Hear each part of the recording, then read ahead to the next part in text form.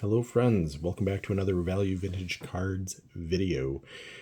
Today I'd like to continue to share some of my longer term goals within the hobby. So I've been focusing in a little bit more on ways of collecting one playing days card of every Hall of Famer in MLB. I do believe that's an achievable goal in my lifetime. And one of the avenues I want to take to do that is to utilize some of the key sets to kind of complete out their Hall of Fame run, which I think will cover some players that might have been, escaping me through my years of collecting. So in this video, I want to focus on, obviously, the Diamond Stars set. I believe that is one of the more overlooked and actually very high value kind of sets within the hobby. The Gaudy sets of 33 and 34, particularly 33, are probably the most iconic in that decade. But the Diamond Stars is a nice kind of supplement and complement to that set. So biggest criticism of Diamond Stars is there is, no Ruth, no Gehrig like there is in the 33 Gaudy. 33 Gaudy, however, if you were to try and complete all the Hall of Famers in there, you have to now acquire a Ruth and a Gehrig. And if you were to try and acquire every card, now you've got 2 Gehrigs and 4 Ruths to collect, which becomes quite the task and quite the budget consideration. So for those reasons, I actually kind of like the Diamond Stars set because of those actual advantages. By skipping over those 2 most significant investment type of cards, you end up with a little more budget friendly option that still covers a lot of the players. And maybe just because of the popularity and the way everything kind of works out and plays out, you end up with options in Diamond Stars where even the same card is a much more affordable option than it was in a Gaudy issue. So big fan of Diamond Stars. I think the images are good, the write-ups on the back are good. I kind of like everything about this entire set. So I'm going to share what I have so far and where I have to get to finish off my goal. All right, so as you can see in front of you, that is 6 of the more iconic cards from the set. So I've got the card number 1, Lefty Grove, which is always fun to have card number 1 because that tends to be at a premium, just because of how we used to store our cards back in the 1930s, 40s, 50s, probably up to like the 80s even, with rubber bands. So card 1 and card end of series tends to be pretty rough. Paul Weiner ended up with a nice example there. The Hornsby, there's a little bit of a line in that, but that is on the case, not the card. It's actually a pretty solid example of Hornsby. Ott is a nice example, and Hubble, a couple of 5s. And then Greenberg is one of the interesting ones within this set. So you see Greenberg with an E, there's a Greenberg with a U. So there's some interesting things. The set ran from 34 to 36, and some just call it 35. It's almost like PSA just split the difference and said, let's call it somewhere in the middle. 34 to 36. So there actually was a series run. This set, if I'm going to complete every Hall of Famer, I have to kind of define that because I believe there's 37 cards numbered in the 108 card set that would be a Hall of Famer. Now, that's only 32 unique Hall of Famers, so several actually have more than one card issued. So if you look at like a player like Bill Dickey, there's actually 2 different numbers within the set that are Bill Dickey, and that's true for 5 players. So there's 32 Hall of Fame players, there's 37 Hall of Fame cards, and then it gets even a little hairier and more interesting because you actually have variations. So I'll start off with one of the guys that has a variation. So one of the other cards I have is Al Simmons. I like that image. I think that's a pretty iconic image. He was actually, this is a card, I want to say when I was, probably early double digits age, 10, 11, 12. I got a book of reprints that was just like iconic cards, and this was one of them. So I think just from seeing that, I saw like the reprinted version of this from, the late 80s on. I always thought it was just one of those cards that, if they took the time to make a reprint of it, it must be for a reason. It was a pretty cool special card. But if you look through this, it says long distance hitters, like Al Simmons of the Tigers. So on the front of this, there is no logo on his chest.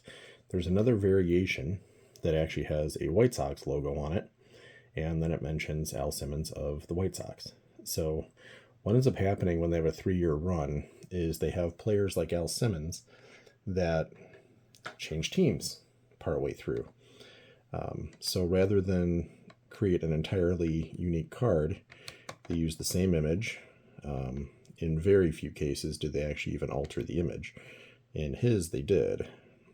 So they have one version that has socks and one that has absolutely nothing on it.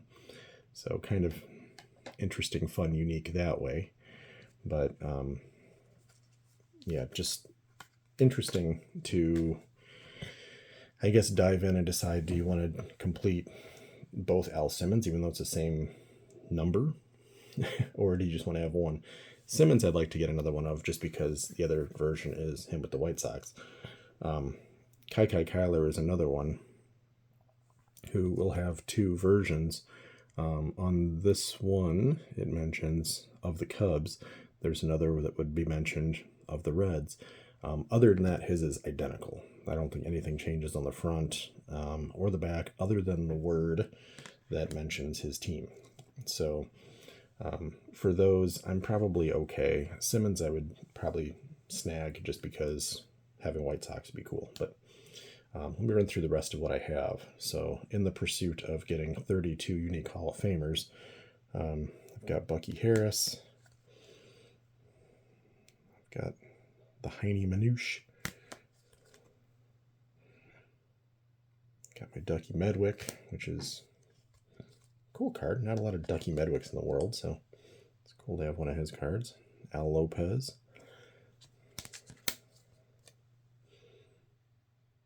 Ernie Lombardi. 30s had a lot of great catchers. Jim Bottomley. So currently I have, what is that, 7 ungradeds, I believe.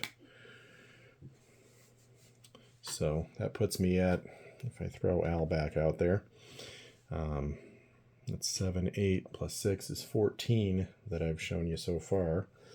I've also got a Ted Lyons, which is one of my few GAIs.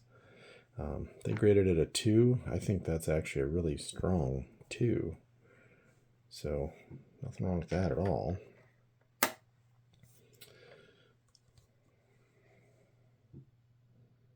Got Mickey Cochran. That's a nice pose too. The colors they use on these are so kind of unique and vibrant. Got a Bill Dickey. So again, interesting with his. So that's number 11. He has another one that's, I think, somewhere in the 90s maybe numbered. So yeah, there's some options there. Tony Lazzeri. It's my only Tony Lazzeri card. There's one other I want to pick up of his. I may have 2 Tony Lazzeris in my lifetime, but that's one, and there's one other I really want. Sam Rice. It's a nice copy. These in a 3 look fantastic. In a 1, they can look kind of beat up. I've had this Bill Terry forever. I like Bill Terry, so kind of wish I had that a little bit better grade, but I feel like for a 1, that's a respectable, image is fine kind of 1. Another one of those catcher cards. Catcher cards are always awesome. So Rick Farrell, that's a neat one.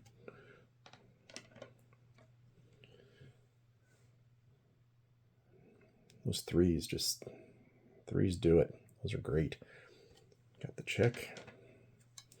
Another 3. Luke Appling. Again, the write-ups on the back of these is always fun. So I share this every time. I probably show Luke Appling, but between playing for the White Sox and then also mentions he's a graduate of Oglethorpe University. That's one of the schools I applied to. I used to go to summers in Georgia and spend time with my family down there. And yeah, Oglethorpe was on my list of schools I was considering. So it's a tiny little school. It's a good school, but most people have never heard of it, and it's kind of cool that I know of it, and Luke Appling actually graduated from there. So the last one I have is a big one, and it's kind of fun that that's like, it is a catcher card, but it's not somebody we think of as a catcher. So Jimmy Fox, cool back to it. So where am I at for progress? I've got the 6 showing, I got the 7, so that's 13, 14, 15, 16, 17, and then my PSAs. That puts me at 24. So I'm at 24 out of 32, so I've only got 8 to go. If I just want to have one of every player. So, it seems doable. If I go with one of every card number in the set, then I've got, 13 more to go. Also pretty doable. And then if I get into variations, now I've got even more. So, not sure. I mean, I feel like with these goals, I want to start small, start achievable, achieve the first goal, and then decide if I want to continue on. But, for sure, I've got 8 more cards to get, 8 more Hall of Famers, and I think at least 3 or 4 of them are probably the first card I'll have of that player. So, helps me on a couple of different, life collecting goals. This isn't something I'm trying to race out and do by the end of the year or even in the next 12 months. If I can achieve these other 8 cards in the next 2 to 3 years, every quarter, every season, every half year, pick up 1 or 2, that'd be tremendous. A lot of them are, if I buy them in a raw condition, like a Jim Bottomley caliber card, it might be $40-$50. They're really, really affordable for being 90-year-old Hall of Fame cards. So that's an advantage. There's a few bigger ones in the set, obviously, and I think I have most of those crossed off. So definitely excited to keep this just on the long-term radar. Call it a 3-year goal. And Diamond Stars is a great set. So if you're still considering, other ways of collecting or trying to collect, like I am, the Hall of Fame, run, check out Diamond Stars. Good alternative to Gaudy and, DeLong and some of the other big sets of the 30s. But please do share if there's anything else you guys are collecting. I always love seeing, how people target. I know some are teams, some are players, some are, different goals. But you ever set little mini goals like this that are a little more long-term, 3 to 5 years? It's not a lifetime goal. It's not a next 6 months goal, but kind of that interim goal setting, strategic planning, if you will. So please share in the comments, and I will see y'all in the next video. Have a good one.